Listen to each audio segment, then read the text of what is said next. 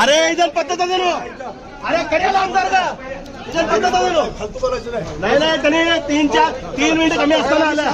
नाही त्याला घ्या आतमध्ये त्याचं मर्जी नसेल ना आम्ही काय म्हणत नाही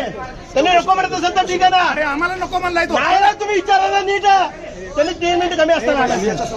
त्यांनी तुम्ही आणि विचारा पाठीमागे आणि विचारा